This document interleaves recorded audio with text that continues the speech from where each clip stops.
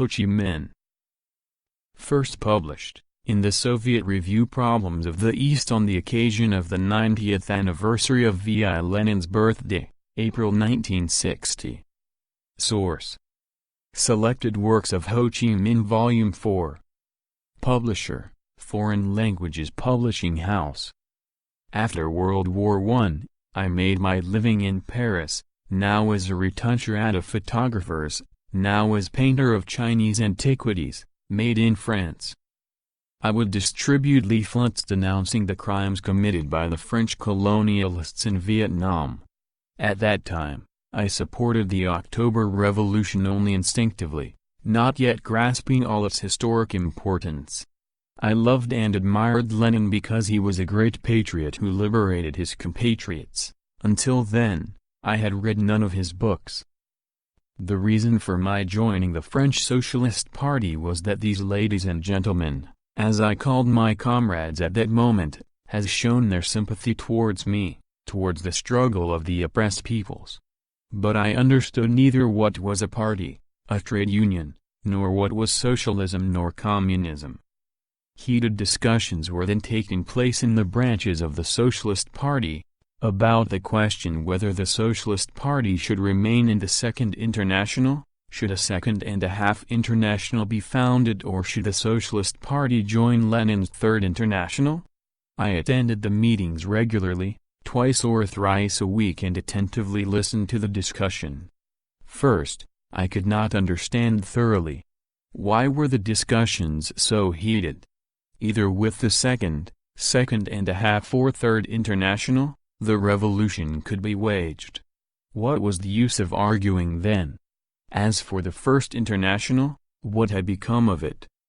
What I wanted most to know, and this precisely was not debated in the meetings, was, which international sides with the peoples of colonial countries. I raised this question, the most important in my opinion, in a meeting.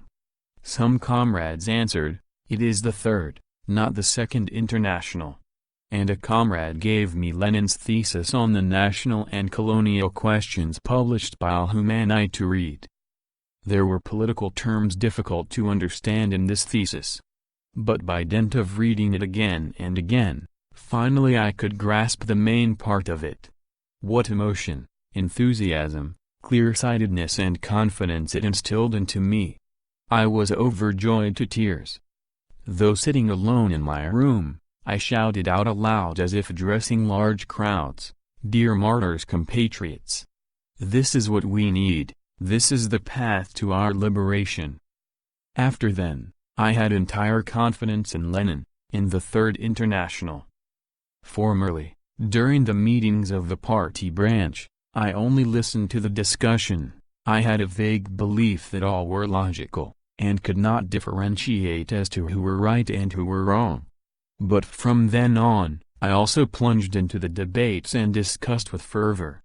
Though I was still lacking French words to express all my thoughts, I smashed the allegations attacking Lenin and the Third International with no less vigor. My only argument was, if you do not condemn colonialism, if you do not side with the colonial people, what kind of revolution are you waging? Not only did I take part in the meetings of my own party branch, but I also went to other party branches to lay down my position. Now I must tell again that comrades Marcel Cauchin, Vaillant Couturier, Monmus and many others helped me to broaden my knowledge. Finally, at the Tours Congress, I voted with them for our joining the Third International. At first, patriotism, not yet communism, led me to have confidence in Lenin, in the Third International. Step by step, along the struggle, by studying Marxism-Leninism parallel with participation in practical activities, I gradually came upon the fact that only socialism and communism can liberate the oppressed nations and the working people throughout the world from slavery. There is a legend, in our country as well as in China, on the miraculous Book of the Wise. When facing great difficulties, one opens it and finds a way out. Leninism is not only a miraculous Book of the Wise, a compass for us Vietnamese revolutionaries and people, It is also the radiant sun illuminating our path to final victory, to socialism and communism. End of The Path Which Led Me to Leninism by Ho Chi Minh.